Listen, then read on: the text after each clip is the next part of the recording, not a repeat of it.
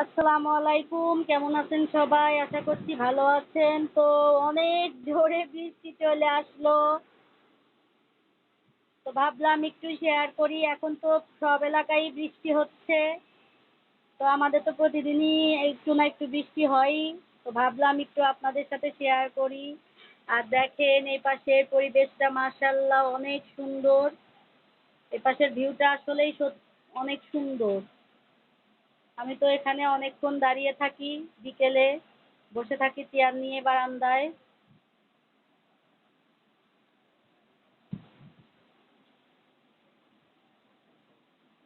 তো বৃষ্টিতে আমার টুনটুনিরা কি করে, আমার টুনটুনিরা মাশাআল্লাহ দোল খাচ্ছে, একজন একজন বসে আছে। আর আমাদের টুনটুনিদের ছাউ পোনা, ওরা ভিতরেই আছে। দেখা যাচ্ছে কিনা জানি না, একটু জুম করে দেখাই। ওই যে বসে আছে।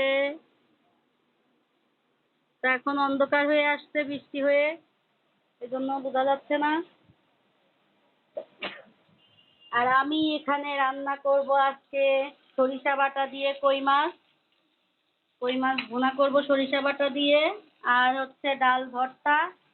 তো সেই জন্য মশলাটা বেটে নিচ্ছি। এখানে শুকনা মরিচ, রসুন আর একটু অল্প একটু জিরাও আছে।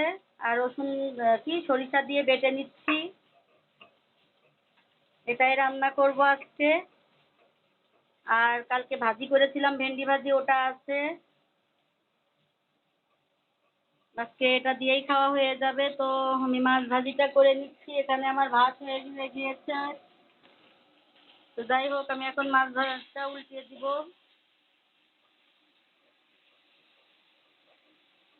তো আজকে সম্পূর্ণ ভিডিওটাই আপনাদের সাথে শেয়ার করব আমি কিভাবে কই মাছ রান্না করি। এই তো বন্ধুরা, তো আমার পেঁয়াজটা ভাজা হয়ে গিয়েছে। এখন আমি মশলাটা দিয়ে দিব, বাটা মশলাটা। তো এখানে আমার মেয়ে আমাকে বেটে দিয়েছে, আমি এখন এই মশলাটা দিয়ে দিব।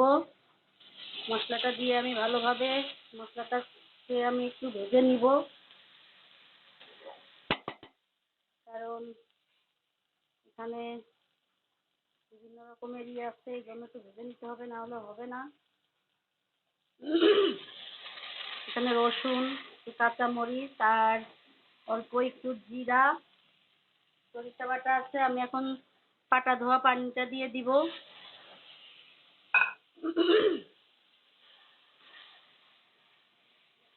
এখন আমি অন্যান্য মশলাগুলোও দিয়ে নিব। তো এখানে আমার মশলা সব আছে, আমি এগুলো দিয়ে নিব এখন। প্রথমে দেব স্বাদ মতো লবণ, তারপরে দিব শুকনা মরিচ, তো দিয়েছি এই জন্য শুকনা মরিচের গুঁড়া দেব না। হলুদ দিব, আর দিব একটু সামান্য পরিমাণ ধনিয়া বাটা, ধনিয়ার গুঁড়া। এখন আমি মশলাটাকে সুন্দর করে কষিয়ে নিব। এই তো বন্ধুরা, তো দেখেন কি সুন্দর হয়েছে আমার সরিষা বাটা দিয়ে কই মাছ। কই মাছের রেসিপিটা তো দেখে মনে হচ্ছে অনেক মশলা, কিন্তু না, এখানে সরিষা বাটা, শুকনা মরিচ আর একটু বেশি করে পেঁয়াজ দেওয়া আছে। এজন্য এত মশলা মশলা লাগছে, কিন্তু কাছে থেকে দেখলে বুঝবেন যে তরকারিটা কত সুন্দর হয়েছে। মাশাল্লাহ মাশাল্লাহ, খেতে তো অনেক টেস্টি হয়েছে। তো আপনাদেরকে তো খাওয়াতে পারছি না, এই জন্য আপনাদের সাথে শেয়ার করলাম। তো ভিডিওটা যদি ভালো লাগে অবশ্যই লাইক কমেন্ট করবেন, শেয়ার করবেন। আমার ফেসবুক পেজে ফলো দিয়ে আমার ইউটিউব চ্যানেলটা সাবস্ক্রাইব করে দিবেন। সবাই সুস্থ থাকবেন, ভালো থাকবেন। এবং রেসিপিটা কেমন হয়েছে অবশ্যই কমেন্ট করে জানাবেন। আল্লাহ হাফেজ।